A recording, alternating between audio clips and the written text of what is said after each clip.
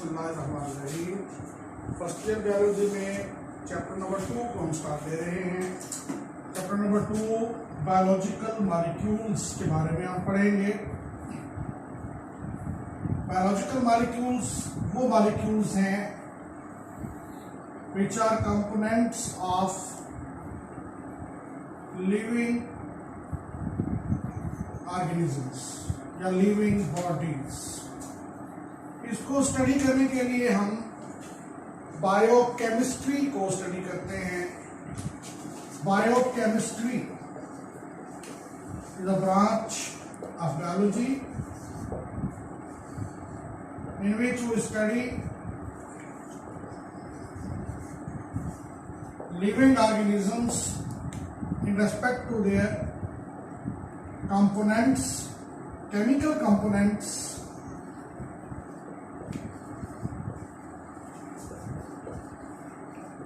and chemical processes. Living organisms के chemical components और chemical processes की स्टडी को बायोकेमिस्ट्री कहा जाता है। Why we study biochemistry? हम बायोकेमिस्ट्री को क्यों स्टडी करें?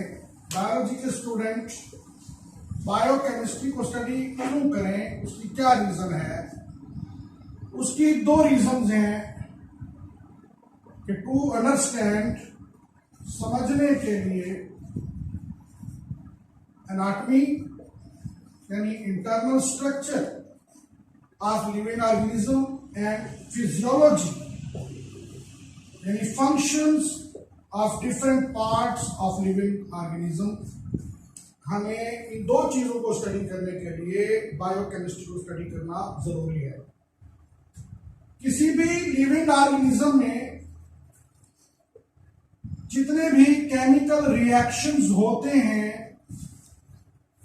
उसके तमाम रिएक्शंस को हम मेटाबॉलिज्म कहते हैं। यानी all the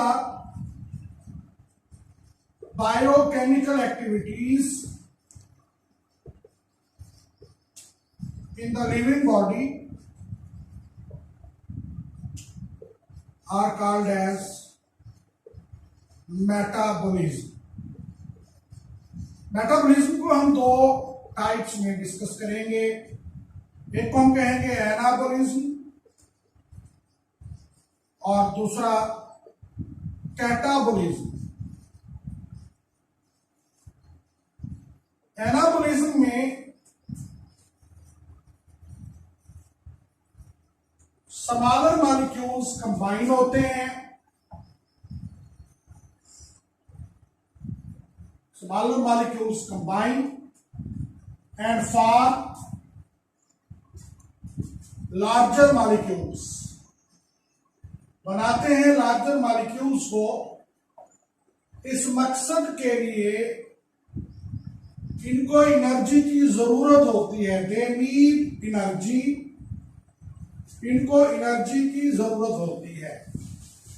for example photosynthesis है, वो एग्जाम्पल है एनाबॉलिज्म की, जिसमें smaller molecules CO2 and water ये मिलकर फॉर्म करते हैं, बनाते हैं लार्जर मॉलिक्यूल ग्लूकोज।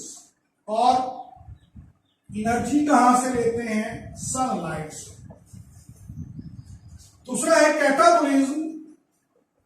कैटाबॉलिज्म जो है इसमें लार्जर मॉलिक्यूल्स और कॉम्प्लेक्स मॉलिक्यूल्स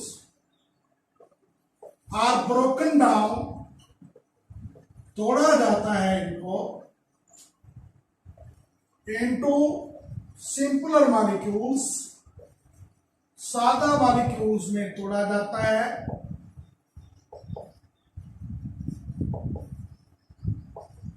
दे रिलीज एनर्जी या एनर्जी इज रिलीज्ड, एनर्जी देते हैं, रिलीज होती है। फॉर एग्जाम्पल रेस्पिरेशन एक प्रोसेस है। रेस्पिरेशन में glucose is broken down glucose को तोड़ा जाता है into simpler molecules like CO2 and H2O, and energy is released और एनर्जी रिलीज की जाती है। लिविंग ऑर्गेनिजम्स के अंदर कौन से केमिकल्स पाए जा सकते हैं, अगर हम उसका कंपैरिजन करें तो एक बैक्टीरियल सेल, प्रोकैरियोटिक सेल और एक मैमेलियन सेल, यूकैरियोटिक सेल का कंपैरिजन करें तो बड़े बड़े मेजर कंपोनेंट्स इनके हैं। सबसे ज्यादा वाटर प्रेजेंट होता है, 70% तक दोनों किस्म के सेल्स में वाटर मौजूद होता है। वाटर इनऑर्गेनिक केमिकल, तमाम केमिकल्स में सबसे ज्यादा मिकदार में वाटर हर किसी सेल में। दूसरे नंबर पर प्रोटीन है, ऑर्गेनिक कंपाउंड्स में सबसे ज्यादा प्रोटीन मौजूद होती है। बैक्टीरियल सेल में 15% तक, मैमेलियन सेल में 18% तक प्रोटीन्स हैं।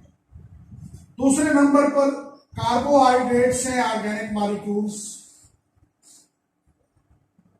जो कि बैक्टीरियल सेल में 3% तक, मैमेलियन सेल में 4% तक हो सकते हैं।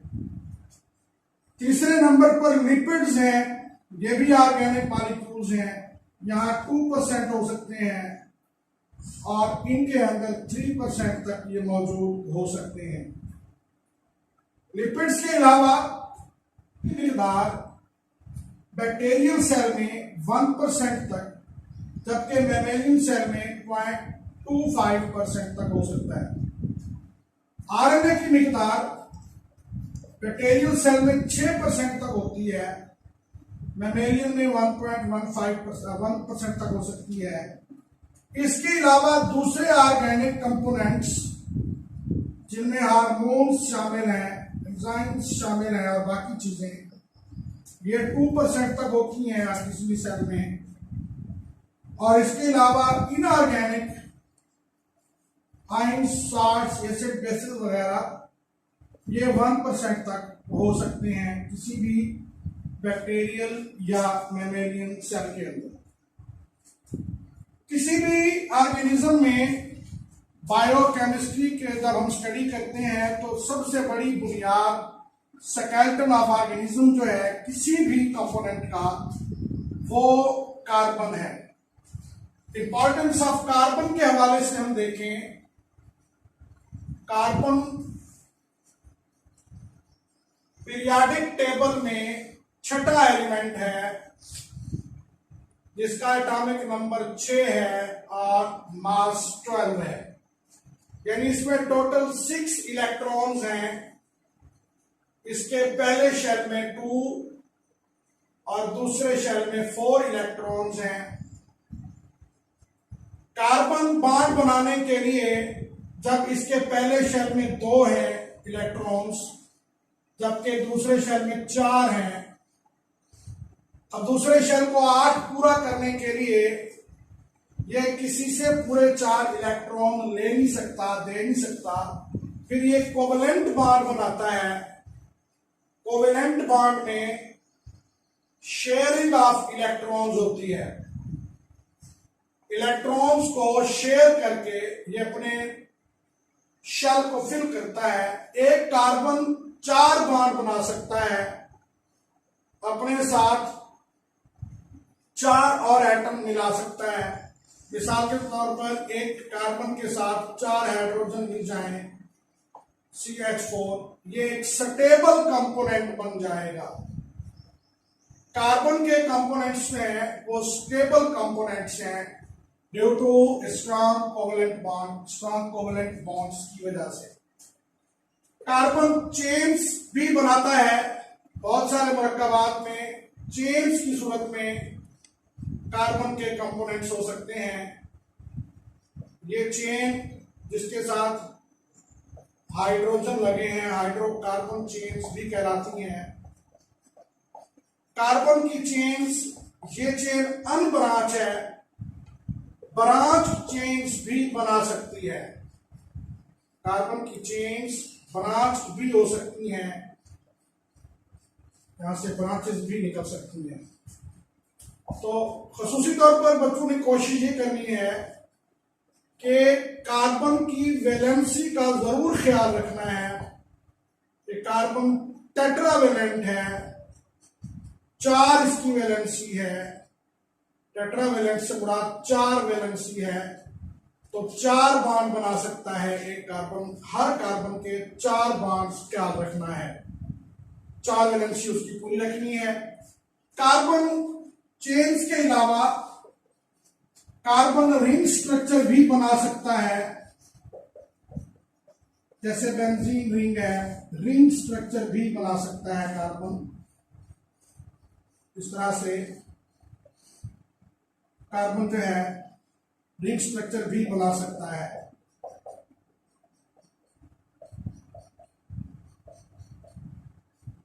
लेकिन फिर वही बात कि कार्बन की वैलेंसी का जरूर ख्याल रखना है। अगर या तो यहां CH2 लगा दें तो जो 2H लग जाएंगे, या फिर इस तरह करेंगे इसको डबल बॉन्ड कर दें तब भी इन 2 कार्बन की वैलेंसी पूरी, इसको डबल कर दें इन 2 कार्बन की वैलेंसी पूरी, इसको डबल कर दें तब भी पूरी हो जाती है। कार्बन के जो कंपाउंड्स हैं वो ऑर्गेनिक भी होते हैं, इनऑर्गेनिक भी हो सकते हैं। इनऑर्गेनिक में हाइड्रोकार्बन जरूरी नहीं है, कार्बन और हाइड्रोजन का इकट्ठे होना जरूरी नहीं है। जैसे कार्बन डाइऑक्साइड है, ये कार्बन का कंपाउंड है लेकिन है इनऑर्गेनिक। ऑर्गेनिक में कार्बन और हाइड्रोजन इकट्ठे मिलकर हाइड्रोकार्बन्स की फॉर्म में होना जरूरी है। मिसाल के तौर पर प्रोटीन्स हैं, कार्बोहाइड्रेट्स हैं, लिपिड्स हैं, ये सारे इसके ऑर्गेनिक कंपाउंड्स हैं। कार्बन हाइड्रोजन के अलावा भी बहुत सारे और एलिमेंट के साथ मिलकर बॉन्ड बनाता है। कार्बन ऑक्सीजन के साथ मिलकर ग्लाइकोसिडिक लिंकेज बनाता है, ये कार्बोहाइड्रेट्स के अंदर होता है, वहां हम डिटेल से पढ़ेंगे। कार्बन नाइट्रोजन के साथ मिलकर पेप्टाइड बॉन्ड बनाता है, ये हम प्रोटीन्स में डिटेल से पढ़ेंगे।